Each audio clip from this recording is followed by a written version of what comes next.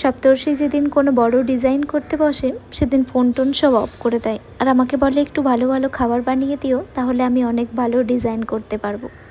পেটুক মানুষকে বিয়ে করলে যা হয় আর কি। বানাচ্ছি চিলি চিকেন আর হাক্কা নুডলস, কিন্তু খুব বেশি লাউড টেস্ট করব না। নুডলসটাকে সেদ্ধ করে ঠান্ডা জলে ধুয়ে অল্প একটু তেল মাখিয়ে রাখলাম। চিকেনটাকে ডিম, কর্নফ্লাওয়ার, সয়া সস, নুন, গোলমরিচ গুঁড়ো দিয়ে 10 মিনিটের মতো ম্যারিনেট করে রেখেছিলাম। আরও 10 মিনিট মিডিয়াম টু হাই ফ্লেমে এপিটোপিট করে ভেজে তুলে রাখলাম। বানাচ্ছি নুডলসটা। এখানে আপনারা বাঁধাকপি, ক্যাপসিকাম অনেক সবজি দিতে পারেন, আমি শুধু গাজরটা দিলাম।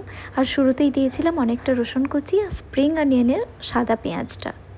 একদম শেষে অল্প একটু চিলি অয়েল, রাইস ভিনিগার আর সয়া সস দিলাম, আর ওপর থেকে নুন আর গোলমরিচ গুঁড়ো।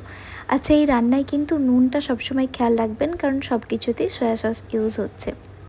এবার বানাচ্ছি চিলি চিকেনটা। যে সসগুলো আমি দেখাচ্ছি সব কিছু একটা বাটিতে মিশিয়ে নেব। আচ্ছা, আমি নিয়েছি সব কিছু 1 চামচ করে, কিন্তু আপনারা একটু টেস্ট করে নেবেন, 1-2 চামচ ওপর নিচে হতে পারে। বেশ কিছুটা জল দিয়ে মিশিয়ে সাইডে রাখবো। তেলের মধ্যে দিয়েছি অনেকটা রসুন কুচি, চপড জিঞ্জার। আচ্ছা, এই সমস্ত কিছু আমি অলমোস্ট হাই ফ্লেমে করছি। পেঁয়াজটা দিয়েও 2 মিনিটের মতো সর্টে করে সসটা দিয়ে দিলাম। নুন দিয়ে চিকেনের পিসগুলো দিয়ে আর দিলাম একটুখানি কর্নফ্লাওয়ার থিকনেসের জন্য।